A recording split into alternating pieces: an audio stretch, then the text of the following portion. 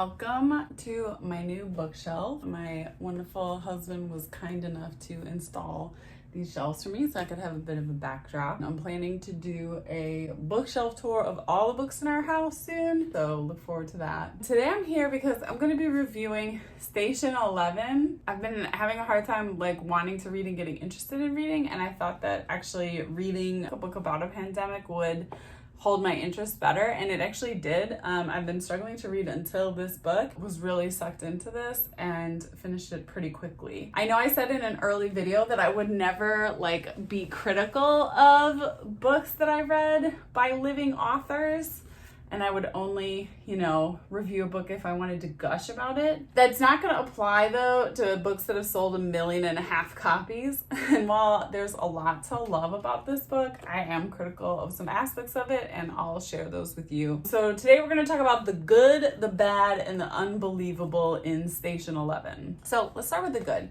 The book is beautifully written. Emily St. John Mandel knows how to turn a phrase. I love how intricate the plot is. We get a number of different people's perspectives, and at first it seems like they all can't be connected. They seem like they have such disparate lives, but you end up realizing their lives were intertwined before the pandemic, and some of them, their lives become intertwined and connected after the pandemic. And that kind of resonates with one of the themes of the book, which is about how interconnected our world is and how fragile that interconnectedness is. We think of our world as, perpetual, and services and luxuries and, government entities that make our life possible can come screeching to a halt pretty quickly. And I think that we've all learned that from the COVID-19 pandemic, although we've also learned they're a bit more resilient than she's imagining. I think her writing is beautiful. She's so good at describing a beautiful, wistful moment. One of the characters post-pandemic travels with a traveling orchestra, a traveling symphony it's called, and they also perform Shakespeare, and she's an actress, plays Titania in Midsummer Night's Dreams. And every time the traveling symphony sets up and performs for one of the villages on their route, she describes that setting with such aching beauty, and it made me so nostalgic for playing with my own orchestra and missing the sound of the violins tuning up. I also love her descriptions of the name of the book, Station 11, comes from a mysterious series of comic books, and her descriptions of the comic book make me want to read it so badly. And I'll read one for you to give you a sense of how beautiful and evocative her writing can be. After these 2 panels, she decides she needs a full page spread.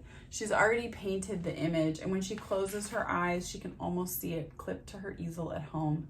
The seahorse is I should explain. So Station 11 is this planet-sized space station flying through deep space. And the people who live on the surface on a series of interconnected islands led by Dr. 11 are trying to chart a course through the stars. But there's another community of people living in the undersea, which is a series of fallout shelters underneath the oceans of this planet-sized space station. And the people in the undersea want to turn Station 11 around and go back towards Earth. She can almost see it clipped to her easel at home. The seahorse is a massive rust-colored creature with blank eyes like saucers, half animal, half machine, the blue light of a radio transmitter glowing on the side of its head, moving silent through the water, beautiful and nightmarish, a human rider from the undersea astride the curve of its spine. Deep blue water up to the top inch of the painting. On the water's surface, Dr. 11 and Captain Lonigan in their rowboat, small under the foreign constellations of deep space. So wistful. Great job, Emily. You have made me want to read that comic book so much. And when you describe the Twilight Shakespeare performances, I want to sit in that audience and watch it so badly as the sun goes down over the post-apocalyptic Lake Michigan. So there's a lot of beauty in this book, in the descriptions, that I think does not get to the point where it's flourishy. The plot, the way it starts out with several different disparate threads and everything kind of comes together and congeals at the end. I always love that. I'm a sucker for that. And so there's a lot of great things about this book, which is why it sold 1.5 million copies. There is one scene in it I really, really hate. And so now we're going to get to the bad, the problematic aspect of the book. This pandemic sweeps through and wipes out 99% of the population. And it's like, okay, civilization over. In Toronto, one of the characters, Jivan, is with his brother, Frank, who was shot in the spine. He was a journalist covering the war in Iraq, now wheelchair bound. This is going to be a spoiler. So if you want to read the book without spoilers, you should stop here. But in this scene, basically they're in his apartment watching kind of power fail around the city, and people have fled, and now there's no one left in the city, and the world has ended, basically. They're running out of food. And Jivan is like, well, I don't know. We'll have to try to get out of the city. I can try to push you. It's going to be tough. And Frank's like, oh, no, it's okay. I'll just kill myself. I'll just kill myself because I'm disabled so that you can survive and live on. And he says that he doesn't want to go out into the world because it's a war zone. He said when he left Iraq, he never wanted to be in a war zone again. And so he just commits suicide. And Jivan is just like okay with this. He's like, yeah, that's probably right. You're disabled, so go ahead and kill yourself. And like, this is such a problematic ableist trope. And I know I've seen it other places, not just in Station 11, but I can't think of where because my memory is terrible. But I know you've seen this where there's like a character who's disabled, it's a zombie apocalypse or whatever, and they're just nobly like, no, go on, live without me. Fuck your ableist post-apocalyptic fantasy. First of all, okay, usually in a time of terrible crisis, initially at first, at least for like the first couple months or so as we're seeing this pandemic, people come together. The sense of social responsibility is stronger at first, if anything. So Emily's timeline of shit breaking down to the point of like total barbarism within a week isn't really accurate. As you saw with COVID, initially people were pretty quick to come together and adopt social distancing policies and, pull it together. And it was only the agitation of conservatives deciding to make being responsible in a pandemic into a culture war to benefit themselves politically. We're seeing that social responsibility now fraying away. But like coming from Houston, where we have catastrophes very often, chemical fires, hurricanes, massive flooding events, people are usually very helpful and much more saint-like than they normally are in their real lives in an actual disaster situation. And so that's something that I found a little bit unrealistic about this. And there's something about a total apocalypse, a total collapse of civilization that is a fantasy, right? And that's why we find it appealing. I've been thinking a lot lately, as someone who writes about climate change, about how even our darkest narratives, there's always an element of fantasy to them. Even if it's just a fantasy that you can survive something terrible, or there will be something worth living for, even if everything you count on is swept away. And so the post-apocalyptic world without it's sudden sweeping away of all modern technology and all governments and all global interconnectedness. It's a fantasy. It's an idea that life would be simpler then, and we could all just, sit around wistfully at twilight listening to Shakespeare performances by a traveling symphony. But it's an ableist fantasy because it's one that sweeps away any type of accommodation for disabled people, which is one of the greatest benefits of modern medicine and modern technology, is that we have been able to provide so much access and better health care to all our people. And this like survival of the fittest, like let's just go back to barbarism and an agrarian and or hunter-gatherer lifestyle, and the world would be somehow more beautiful and evocative, and we'd all live simpler, more meaningful lives. Like, I do think that fantasy is at the heart of this book, and I think that fantasy is ableist. And you see that come out when Frank, the disabled character in the book, has to kill himself for Jivan to go out and like eventually find his wife and his beautiful home and children in Virginia on the bank of a river. To me, it's totally unrealistic. I have a brother. We also have a good friend of our family who was shot in a war and is paralyzed now.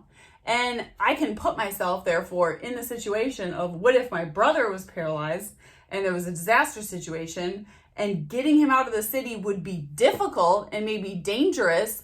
Would I just be like, okay, go kill yourself? Like, first of all, I don't think that he would offer to just off himself without even trying. They don't try to get him out of the city. They don't try to go scavenge more food. Stay in the apartment.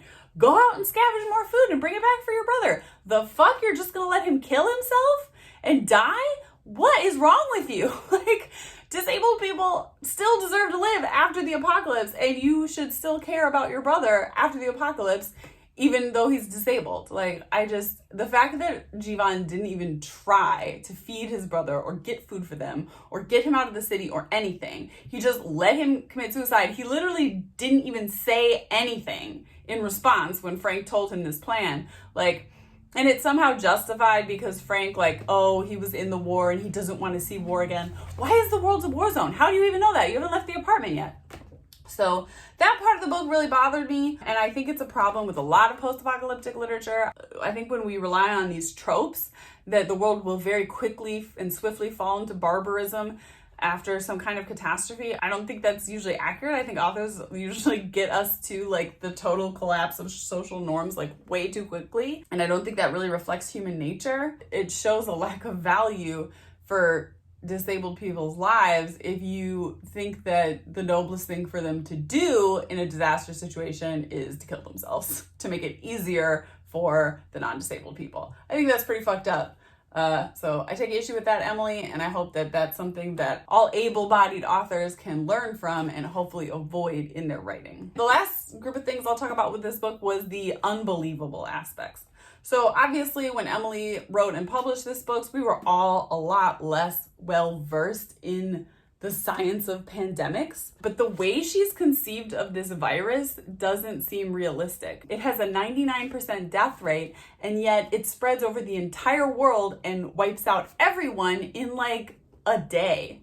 And yet also, it has an incubation time of like 3 to 4 hours. Diseases that have a very high mortality rate, like Ebola has a 50% mortality rate. It kills too many people. Like, the reason Ebola hasn't become a global pandemic is because it's too lethal. It kills too many people, so it can't spread far enough. And so if you had a disease that was that lethal, 99% lethal, and had that short of an incubation time, 3 to 4 hours, it would just wipe out a chunk of people and then run out of hosts. Like, it wouldn't be able to spread all over the world stealthily. You would see it coming. The reason that COVID spread so quickly and silently and sneakily was because it has a long incubation time and because it is comparatively way less deadly. So most people are walking around asymptomatic and they're able to infect lots of others. That's the kind of like detailed epidemiology knowledge that we all have now, that when this book was released, we did not have. It makes it feel a little bit unbelievable reading it now. This idea that a global virus would also just immediately collapse civilization, like I said, I don't believe in that. And then it takes 20 years for the first electric lights to come on after the pandemic. So humans are literally, there's still humans, there's 99% of people were wiped out, but there's little towns everywhere and they trade with each other and bards are traveling between the towns. And yet Kirsten, who's our main post-pandemic character, doesn't see a single electric light until 20 years go by. Now, this is totally unbelievable for me because my husband is a mechanical engineer. And if 99% of the city of Houston was wiped out and somehow we were left, he would have us like set up on some like sick, scrounged solar panel goat farm complex within like a few days of the collapse. Like, if you know a mechanical engineer, you know it would not take them 20 years to rig up some electricity for themselves. And this lack of electricity slash the emergence of electricity at the end of the book is hugely important to the theme. But it just makes me feel like Emily has never like met or hung out with anyone remotely handy. And I think that speaks to like another one of these really common tropes about post-apocalyptic literature that is inaccurate, which is that at some point humans are just gonna be like, you know what? Shit happened. We tried technology. We're just gonna give up on it. I think that's highly, highly unrealistic. I think if there were 10 people left on Earth, one of them would figure out a way to be digging up fossil fuels and making sure that they could still play video games. Like, we're not just gonna abandon technology because of, you know, post-apocalyptic climactic events. And sad to say, because of climate change, we're probably going to see a lot of this play out in our lifetimes, and we're going to see a lot of devastation to civilization, but I do not think you will see civilization just up and disappear. I don't think that humans are ever going to return to like a completely agrarian or completely hunter-gatherer lifestyle. Not as long as there's oil in the ground, and not as long as there are still a few solar panels out there that you could scrounge and hook up and have some electricity and keep your fridge running. I mean, I think there are people who really fantasize about this. And of course, again, this is an ableist fantasy. This leaves out all the people who rely upon modern technology and medicine to live. There's also a total lack of any kind of government or systems of power emerging in this book, besides a traveling cult that's just kind of going around tormenting people and being cultish. But the idea that there wouldn't be attempts at people to hold power over each other, none of these like different towns are trying to gain power and organize. Just looking back at human history, the idea that something catastrophic enough would happen that we just embrace anarchy is very unlikely. If we ever did get to some kind of anarchist agrarian society as a species, it would have to be an enlightened choice. If barbarism results from apocalypse, there will be warlords who have lots of electricity and are hoarding that power. The last thing that I found pretty unbelievable, as someone who writes a lot of climate change, near future climate change, post-apocalyptic literature, is the lack of like filth left over by human society. So if 99% of the earth was wiped out in like a matter of days, you would have a ton of power plants, sewage waste treatment facilities, nuclear waste facilities, nuclear reactors, but really it's the power plants and the sewage treatment plants that would start to blow up. Here in Houston, we'd be hella screwed because we are surrounded by chemical refineries and chemical plants and waste treatment plants. And if the lights aren't kept on at those places and the cooling tanks aren't being pumped and whatever, this shit's just gonna blow up. And we have pipelines running all over this country that need to be constantly maintained or they leak oil everywhere. And so if you just had this situation where 99% of the people vanished immediately from the planet, and then fast forward 20 years later, you'd have all this terrible pollution and water pollution and decay and oil filling all of our aquifers because of the mess that humans have made behind. And if we don't purposefully clean up that mess and maintain it, it will get a lot worse before it gets better. So the idea that just wiping out 99% of the people would allow the earth to revert to like verdant, healthy state and nature would just repair itself, that's also somewhat unrealistic. We have a lot of mess laying around that we would have to take care of in order for that to happen. So those are my thoughts on Station 11. Definitely a page turner. A lot of the writing is very beautiful, other than the disgustingly ableist part. The survival of the fittest theme, that's criticized in the cult leader in the book. Like, the cult leader believes in survival of the fittest. He thinks the plague happened for a reason and like swept everyone away and that was God's will and it's better now. And so it seems like the author's criticizing that, but are you, Emily? Because you killed off Frank, right? And Jivan's life ends up getting way better. The cult leader sucks, but otherwise, like, everyone who's like made it in the symphony is having a wistful, beautiful time, except for being terrorized by cult leaders and everything. But there's a beauty and meaning infused into the post-apocalyptic scenes. And in the pre-apocalyptic scenes, everyone is like addicted to their phones or dead inside or getting cheated on or like living a lie. You know, they don't become, even though life is so much more difficult after the pandemic, it's like more authentic and beautiful and meaningful. And in order for that to happen, you have to kill off all the immunocompromised and disabled people, all the other 99% as well. And so what is that really saying? Life got better after the pandemic. That's the fantasy here.